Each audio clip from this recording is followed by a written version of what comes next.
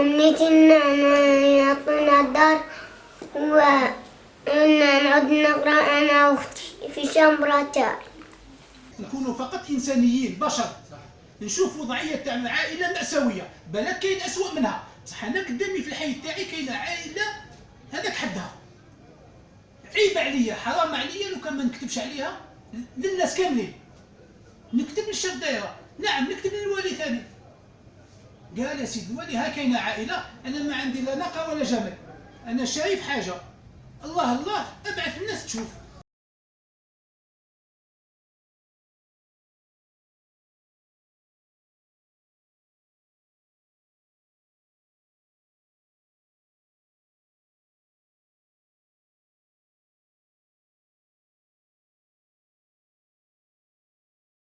نحن نتواجد بداخل مسكن السيد سعدي عبد الكريم والزوجة نتاعو بن سايح الزهرة، بن سايح الزهرة. ممكن سي سعدي يعني بعد ما ناديتونا تحكي لنا على الوضعية الاجتماعية نتاعكم، تفضل. في الحقيقة والواقع هي الوضعية تدل على نفسها ولا تحتاج إلى شرح أكثر مما هي الآن.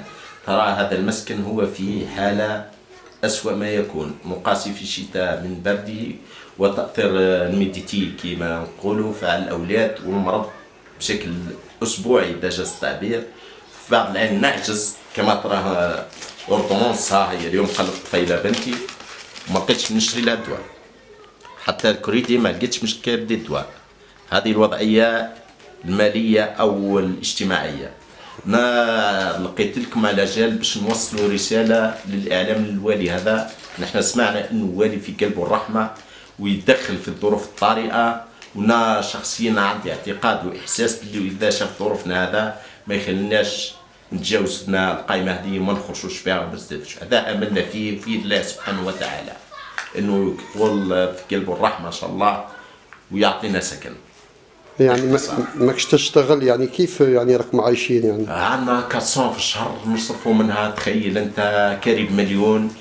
400 في الشهر، معدة رياضية صعبة جدا تحل، صعبة جدا او مستحيل. حوالي 7 سنوات، حوالي 7 سنوات هذا السكن. ما عندي ما نقول لك، نشوفوا في حالة مزرية جدا. وانا كنت خدامه الحق، ومن بعد حبسوا خدمتنا درك راه داير لي مسيو داس الاول عيسى. وين كنتوا خدامه؟ وين كنتي خدامه؟ كنت في المؤسسه الوطنيه، مؤسسه الأوبيح، مؤسسه الفرش والمكانس. فرش المكان السابقه اللي اغلقت. ودرك راني ب 500,000 عند الداس محلي. مشكله ما عندي خبره، عندي باش مؤهلات باش نخدم.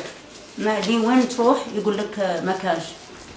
مش عارف دركا، مش عارف، احنا معوقين، تسمع القانون بصح تطبيق ما كانش. ما حاولتوش انكم تتقدموا بملف طلب سكن ولا شيء من هذا القبيل؟ شفت الشيف دايره الاول كمال وعدني بالسكن وقال لي عندك الحق، ومن بعد ما ديتش كي عاودت وليت له قال لي دوماج كيفاه ما ديتيش. عاودت هذا ما شفتوش الحق، عاودت ديت لي بابراس قال لك ما كانش الاستقبال. مع الداس راني نسعى مع الكتابات الوزاره، اتصلت بهم ووعدوني قال لك رانا ندخلوا مع الولايه، وان شاء الله يكون هذا الوالي عنده رحمه. راهم يقولوا راه مليح، ان شاء الله هو اللي الخير فيه، ان شاء الله نلقاو الخير عند الوالي هذا بربي. وانا كثر الناس الخير الناس وكثر الخير خاوتي ثاني هما اللي مرافقيننا، معناتها كون ما نش خاوتي وناس اهل الخير رانا في الشارع. راك تشوف في الحاله وراك تشوف في السكن. ها وليدي يقرا وهاي بنتي صغيره باه 500 و 400 500 دور تقومنا ما تقومش. ناس راها 3 ملايين 4 ملايين للشهر وما لقاوش الله. واش نقول لك، انايا متمنيه ان شاء الله نخرجوا في السكن، متمنيه 14 مارس هذا تكون بشرى خير، ما يلقاوناش باش ناكلوا باتيسري ونجمعوا ويحكوا لنا شحال خرجت كارطه وكذا. نتمنى ثاني من رئيس الجمعيات اللي راهم دايرين جمعيات تاع معاقين يخزروا لنا شويه، مش يدسوا في الجيب برك. هذا امنيتي، باسكو راني خدمت مع الجمعيات وشفتهم. مانيش انا بالك راني لقيت الاخ حكيم ربي يحفظه لقيت له ولا بناده، راه كاين اللي راه مش عارف الطريق، كاين اللي راه كاتلو له الشرط، كاين معاق راه اكثر مني، كاين معاقين، كاين المهبول مسكين راه مسكرين عليه ومحزمين وديارهم. معناها ما كانش المجتمع، ما كانش هذا المجتمع تاع الجمعيات اللي راهم يهضروا عليهم، صدقني ما كانش. وأنا ثاني كاين طالب نطلبه إن شاء الله ربي يشفي الأخ بن عبد الرحمن أخ المعوقين، يخدم في سبيل الله، ما هو لا جمعية لا والو، ربي إن شاء الله يشافيه. في اللي خلاني نتصل بالإعلام ونتمنى أنه السي الوالي يشوفه هو تدخله للطفل بومعزة أثر فيا بطريقة غير معقولة أصلا. نتمنى أني الحالة نتاعي كي يشوفها الوالي في الإعلام وحالة أولادي والأمراض اللي تخرج من السكن هذا، أنه يتحرك له قلبه وتحرك له مشاعره ويكون ربي ان شاء الله في قلبه، وربي راهو يخلفها له في ولادته، انه يتدخل في النقطه هذه. في اعتقادي الشخصي انه ما يتاخرش على التدخل بشكل ايجابي، لاني انا الملف تاعي مستوفي الشروط القانونيه في السكن، لا عندي مانع قانوني او نص يمنع اني نتحصل على سكن من 2011، وخرجت 3 قوائم من 2011 ولم استفد، لاني بشكل او باخر غير من هذه الجهه. هذه كلمة براني ما عندناش حنايا بني الأقواط الأحرار. إن شاء الله أنا مكتوب ربي يكتب لي معاه المخلوق، علاه معناها ماناش من الخارج، رانا كاع جزائريين كاع عندنا دراب واحد، ورانا كاع إسلاميين، واللي يشوف على خاطر هذو الدراري وعلى خاطر الحالة اللي رانا فيها حنايا.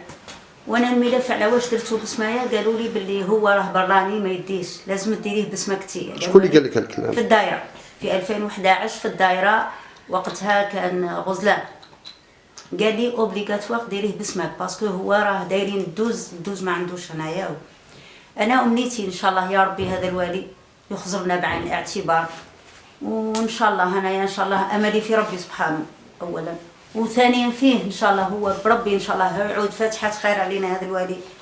شوف حالتنا وانا نظن معاق والشروط موافيه، معناها ما عندنا ملك، ما عندنا حتى شيء، علاه ما ندوش خلاص لانه مليون كرا، وانا عندي 400 والمراه من تاع لاطاس 500 900، شيء مستحيل. وكما يبان على وجه الاولاد انهم بغير تغذية كاملة كما تشوفوا في الأولاد زيت المرض.